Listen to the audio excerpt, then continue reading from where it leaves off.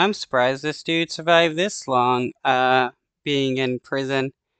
81? He did, I think he, committed his crimes about, well, at least a few decades ago. Uh, it's kind of surprising, like, a guard or somebody didn't, like, try to off him. The man known as the Unabomber died while serving 4 consecutive life sentences, decades after his reign of terror gripped the nation. Ted Kaczynski, the one-time mathematics prodigy, became infamous for eluding authorities. The only clue to his identity? This sketch made after a witness saw him planting a bomb.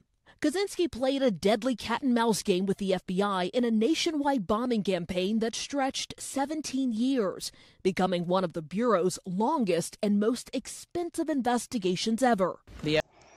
Didn't this dude do all this due to a mental illness that he ended up suffering from and, like, going down a bad path? I can't remember correctly at the moment. FBI, the other agencies involved, are working on this with as much diligence as I've ever seen in an investigation.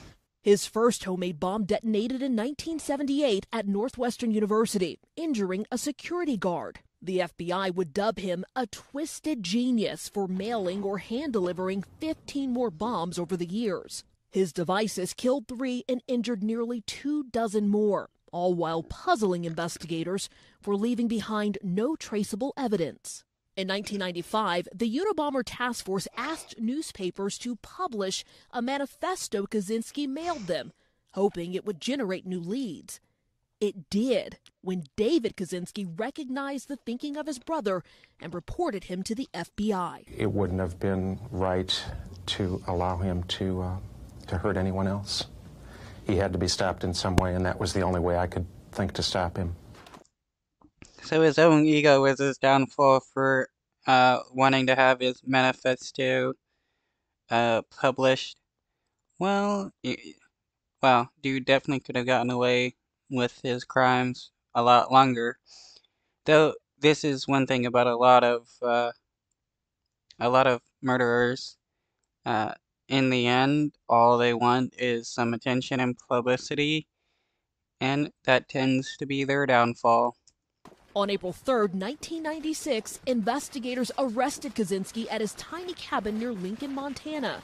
There, they found journals detailing his crimes, just $32.80 to his name, and something else. Federal agents have turned up a live bomb at the home of the man the government believes is the Unabomber.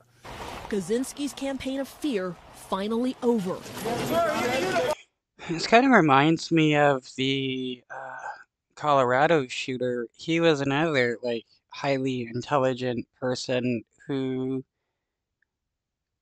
ended up becoming a criminal for some reason, and it's kind of crazy at times that to think like these highly intelligent people are so able and willing to do this, and it makes it easier for them because they're more able to formulate better plans to at least get away with a lot of their crimes a little bit longer than the more average criminal.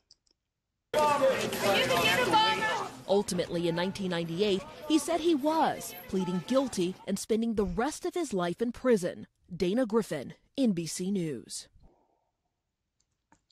Well, he definitely spent the rest of his life in prison now that he's dead at 81. I mean, at least that's good.